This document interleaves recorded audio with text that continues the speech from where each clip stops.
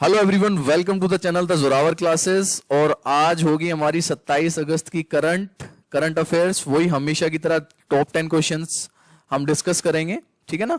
क्योंकि आपको पता है कि हमारा जो पीआरटी और टीजीटी का एग्जाम होता है केवीएस का, उसमें पीआरटी में तो सिर्फ 10 नंबर की जीके आती है, जिसमें से अराउंड 5 नंबर की करंट अफेयर्स आती है।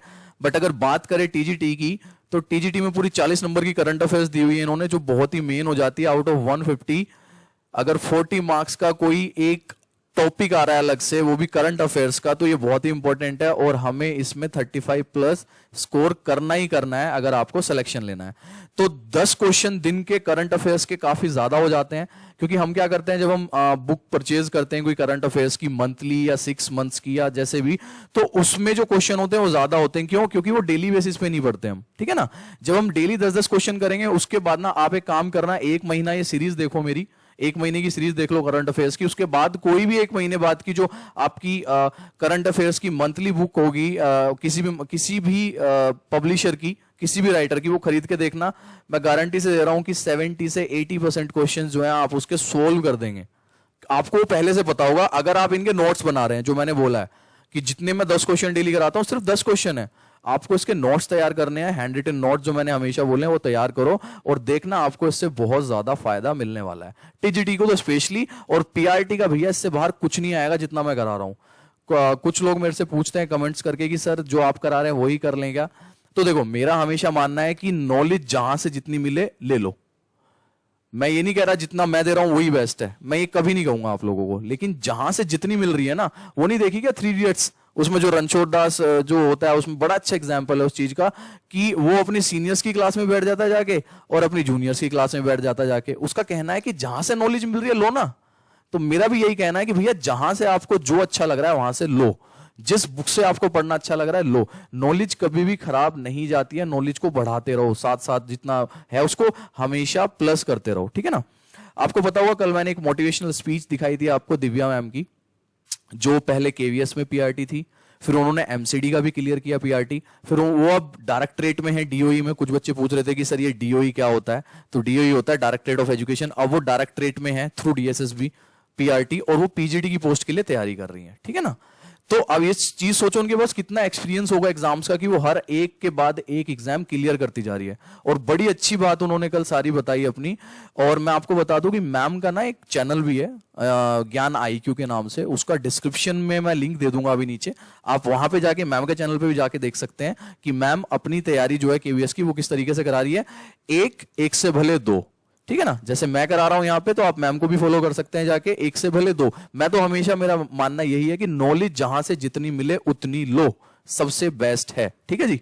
चलो, ये बात रही। डिस्क्रिप्शन में आपको लिंक मिल जाएगा। अगर आप फर्स्ट टाइम देख रहे हैं वीडियो, तो भैया हमेशा की तरह वही कहूंगा मैं कि 8638008832 ये मेरा व्हाट्सएप नंबर है, जो हमने व्हाट्सएप ग्रुप बनाया हुआ है, जिसमें आपको time to time notifications, time to time सारी चीजें मिलती रहती है कि आज कौन कौन सी क्लास होनी है, किस टाइम पे, कितने बजे, किस सब्जेक्ट की क्लास है। तो इस पे आप, इस नंबर पे मुझे अपना नेम और अपनी पोस्ट, आप पीआरटी के लिए तैयारी कर रहे हैं, टीजीटी के लिए कर रहे हैं, ये लिख के मुझे इस नंबर पे व्हाट्सएप कर दें, मैं आपको अपने ग्रुप से जोड़ दूंगा, ठीक है जी। ये तो सारी बातें हो गई अलग। अब आज की क्लास स्टार्ट करते हैं। पहला क्वेश्चन मेरा फेवरेट क्वेश्चन है, क्योंकि मेरे को क्रिकेट बहुत पसंद है। और जितने लोगों को यहाँ पे, स्पेशली बॉयज को, जितनों को पसंद होगा क्रिकेट, उनको इसका आंसर पता होगा। इंग्लैंड के दिग्गज गेंदबाज जेम्स एडरसन अंतरराष्ट्रीय टेस्ट क्रिकेट में कितने विकेट लेने वाले पहले तेज गेंदबाज बने हैं? ठीक है, इसका आंसर आपको करना है। अगर आपको पता है तो बता दो, नहीं पता है तो मैं बता देता हूं। 600 विकेट लेने वाले पहले तेज गेंदबाज बने हैं जेम्स एडरसन। इनसे पहले ऑस्ट्रेलिया के मैग्राथ होते थे, जिन वो 600 विकेट नहीं ले पाए थे, 500 कुछ विकेट थे उनके, लेकिन 600 विकेट लेने वाले पहले तेज गेंदबाज दुनिया के टेस्ट क्रिकेट में जेम्स एडरसन बने हैं। और बहुत ही अच्छा क्वेश्चन है, एग्जाम में पूछे जाने लायक क्वेश्चन है, ठीक है ना। अब इनकी मैं थोड़ी सी आपको एक्सप्लेनेशन दे देता हूं। इंग्लैंड के दिग्गज तेज गेंदबाज जेम्स एडरसन अंतरराष्ट्रीय टेस्ट क्रिकेट में 600 विकेट लेने वाले पहले तेज गेंदबाज बन गए हैं। इनसे आगे सिर्फ श्रीलंका के मुथैया मुरलीधरन 800 विकेट, जो कि एक स्पिनर है। ऑस्ट्रेलिया के शेन वॉर्न 708 विकेट, जो कि एक स्पिनर है। और भारत के अनिल कुंबले 619 विकेट, जो भी एक स्पिनर रहे थे, ठीक है। ये तीनों जो हैं इनसे आगे, वो तीनों स्पिनर है। अगर ओवरऑल देखा जाए तो ये चौथे नंबर पे हैं, ठीक है। और अगर फास्ट बॉलिंग में देखा जाए तो ये पहले नंबर पे है, ये चीज आपको याद रखनी है, जेम्स एडरसन। हाँ जी, चलिए आगे चलते हैं। तो इससे एक चीज और पता लगी कि अगर ये क्वेश्चन कभी आ जाए आपके लाइफ में, कहीं पे भी टकरा जाए कि टेस्ट क्रिकेट में सबसे ज्यादा विकेट लेने वाले गेंदबाज कौन है, तो वो मुरलीधरन है। और साथ साथ में बता दूं मैं, वनडे में भी सबसे ज्यादा विकेट लेने वाले मुथैया मुरलीधरन ही हैं। दोनों में, टेस्ट और वनडे में, मुथैया मुरलीधरन के ही विकेट सबसे ज्यादा हैं। चलिए सेकंड क्वेश्चन ले लेते हैं। क्योंकि हम शिक्षक हैं, हमें शिक्षक बनना है, तो शिक्षा मंत्रालय से अगर कुछ भी ऐसी चीज आती है तो हमें वो पता होनी चाहिए। शिक्षा मंत्रालय, जो कि आपको पता होगा कि अब मिनिस्ट्री ऑफ एजुकेशन हो चुका है, पहले एमएचआरडी होता था, ने शिक्षा के क्षेत्र में सुधार करने के प्रयासों को लेकर कितने शिक्षकों को राष्ट्रीय शिक्षक पुरस्कार, यानी कि आपका नेशनल टीचर अवार्ड जो है, कितनों को दिया है? ये चीज इंपॉर्टेंट है। क्यों? क्योंकि नॉमिनेट कितनों को किया है, ये चीज इंपॉर्टेंट है। अभी नॉमिनेट किया है, दिया नहीं है। क्यों इंपॉर्टेंट है ये? क्योंकि हम शिक्षक बनना चाहते हैं और शिक्षक बनने के लिए ही हम एग्जाम्स दे रहे हैं। डीएसएसबी का एग्जाम दे रहे हैं, केवीएस का, एनवीएस का, सीटेट वगैरह। तो ये क्वेश्चन जो है अधिकांश पूछा जा सकता है और इसका आंसर है 47 टीचर्स। ठीक है, 47 टीचर्स जो है उन्होंने नॉमिनेट किए हैं। ध्यान रखना है आपको, किसने किया है? एजुकेशन मिनिस्ट्री ने नॉमिनेट किए हैं। तो ये क्वेश्चन जो है अच्छा क्वेश्चन है, क्योंकि रिलेटेड एजुकेशन है। क्वेश्चन नंबर 3 पे चलते हैं, हमारे क्वेश्चन नंबर 3 पे। हाँ जी, यस, क्वेश्चन नंबर 3। यूपी सरकार ने कोरोना को देखते हुए कब तक के लिए धार्मिक उत्सव, राजनीतिक आंदोलन और अन्य सभाओं पर पूरी तरीके से बैन लगा दिया है? देखो ये क्वेश्चन बनता तो पूरा प्रॉपर करंट का है, ये नहीं है कि अब आज से 8 या 9 महीने बाद पेपर होगा तो ये क्वेश्चन पूछा जा सकता है। लेकिन आपको पता होनी चाहिए, इससे क्या है कि इंटरेस्ट क्रिएट होता है कि करंट में एक्चुअली चल क्या रहा है। ये चीजें आपको पता होनी चाहिए। अब ऐसा तो नहीं है कि मैं डेली 10 के 10 क्वेश्चन वही कराऊंगा जो एग्जाम में आएंगे, लेकिन हमें अवेयरनेस तो होनी चाहिए ना, तभी तो आपका इंटरेस्ट बनेगा करंट पढ़ने का, तभी तो मजा आएगा। और न्यूज़पेपर मैंने बोला हुआ है, मुझे नहीं पता कितने लोगों ने पढ़ना स्टार्ट किया। न्यूज़पेपर बहुत इंपॉर्टेंट सोर्स है आपका करंट अफेयर्स का, तो न्यूज़पेपर जरूर पढ़ें। तो भैया इसका आंसर है 30 सितंबर तक कर दिया इन्होंने, 1 महीना और बढ़ा दिया है। ठीक है ना, यूपी सरकार ने इस चीज का 1 महीना और बढ़ा दिया है, इसको 30 सितंबर कर दिया कोविड को देखते हुए। Question number 4, yes. Reserve bank का कोई भी अपडेट आती है रिजर्व बैंक से तो वो हमें पता होनी चाहिए। भारतीय रिजर्व बैंक ने वर्ष 2020-2021 के लिए देश की वृद्धि दर 0 से कितने प्रतिशत नीचे रहने का अनुमान व्यक्त किया है? Again a very important question, और इसका आंसर मैं बता दूं 4.5%, just because of the Covid. भारतीय रिजर्व बैंक आरबीआई ने वर्ष 2020-21 के लिए देश की वृद्धि दर 0 से 4.5% नीचे रहने का अनुमान व्यक्त किया है। आरबीआई ने जो आपकी ग्लोबल वृद्धि दर है 0 से 6% से लेकर 7.6% नीचे रहने की संभावना जताई है, ये बताई है इन्होंने वर्ल्ड वाली। ठीक है ना, बैंक ने कहा है कि जनवरी से मार्च 2020-21 तिमाही में वृद्धि दर सकारात्मक रहने की संभावना है। तो नेक्स्ट ईयर जो आपका जनवरी से मार्च वाला सेशन आएगा उसमें पॉजिटिव ट्रेंड स्टार्ट होगा, उससे पहले नेगेटिव ही रहेगा। ठीक है ना, इसमें याद रखना है बस यही कि 4.5% का इन्होंने अनुमान जताया है। ठीक है, हाँ जी, क्वेश्चन नंबर 5 ले लेते हैं हम अपना।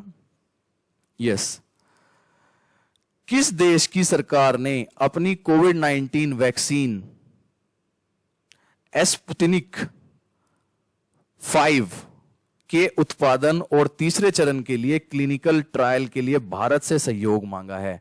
अब भैया देखो यहां पे क्या आ गया, पुतिनिक। तो पुतिन कहां के राष्ट्रपति हैं? सबको पता है, रशिया। तो ये रशिया आंसर है इसका। ठीक है ना, इसका रशिया आंसर है। उन्होंने अपने 3rd ट्रायल के लिए कोविड-19 के लिए कहां से मांगा है?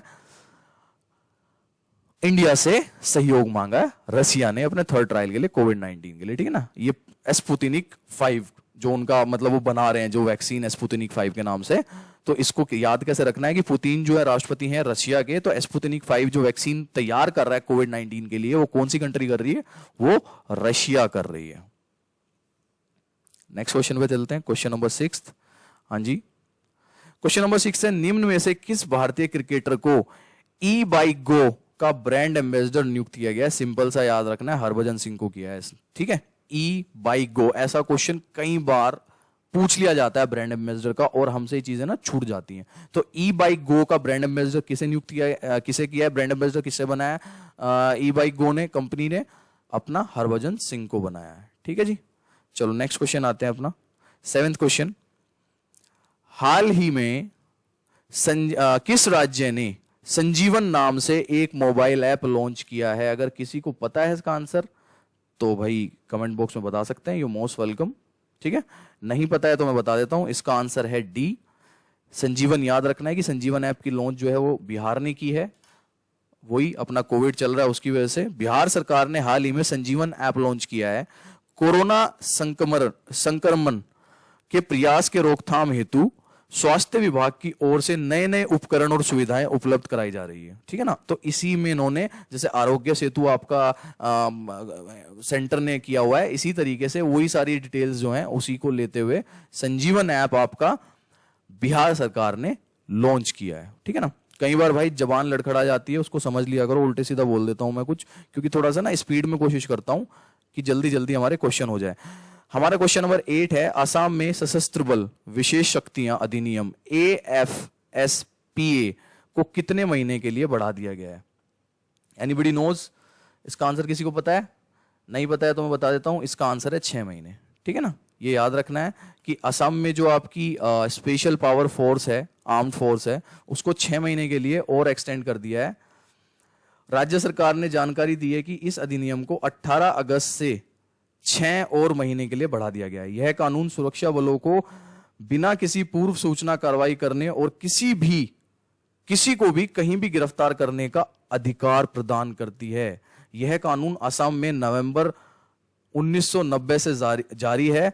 इसे हर 6 महीने में फिर से एक्सटेंड कर दिया जाता है, हर 6 महीने इसको फिर से एक्सटेंड कर दिया जाता है। और ये जो चल रहा है ना, ये वहां पे नवंबर 1990 से चल रहा है और इसको तब से एक्सटेंड करते जा रहे हैं। तो ये चीज आपको पता होनी चाहिए। और ये इतनी तगड़ी पावर देता है, इतनी तगड़ी पावर, ये स्पेशल पावर इसीलिए लिखी हुई है कि आप किसी को भी बिना किसी वजह, मतलब उसको बिना वजह बताए आप उसको गिरफ्तार कर सकते हैं। बाद में वो ट्रायल चलता रहेगा उस पर। क्वेश्चन नंबर 9 पे आते हैं आपका। Again a very most important question, NPE किस राज्य ने सबसे पहले इंप्लीमेंट की है? बहुत इंपॉर्टेंट क्वेश्चन है। क्यों? क्योंकि वो फिर मैं वही कहता हूं कि टीचिंग से जुड़े हुए हैं हम।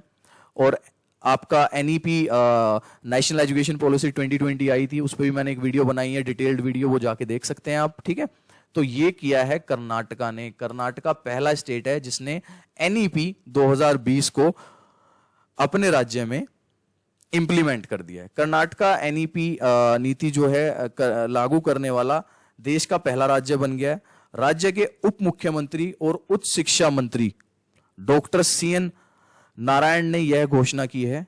केंद्रीय कैबिनेट ने पिछले महीने नई शिक्षा नीति 2020 को हरी झंडी दी थी। ठीक है ना, 1986 की, उसमें सारी चीजें बताई हुई है मैंने आपको, जिसमें RTE वगैरह का सबका जिक्र है। तो वो एक बार वीडियो जरूर देख लेना अगर एनईपी पे आपको पूरा देखना है कि डिटेल्ड एनईपी क्या है, उसमें सारी चीजें बताई हुई है मैंने, और उससे क्या क्वेश्चंस बन सकते हैं आपके एग्जाम में आने वाले। तो ये देखना कि पहला राज्य कौन सा है, कर्नाटका। ठीक है ना, ये याद रखना है।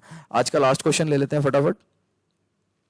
हाँ जी, again a very important question. क्यों? क्योंकि आईआईटी से जुड़ा हुआ है, आईआईटी पढ़ाने वाली संस्था है। तो which of the following IIT has developed environmentally friendly lithium batteries in collaboration with Shiv Nadar university?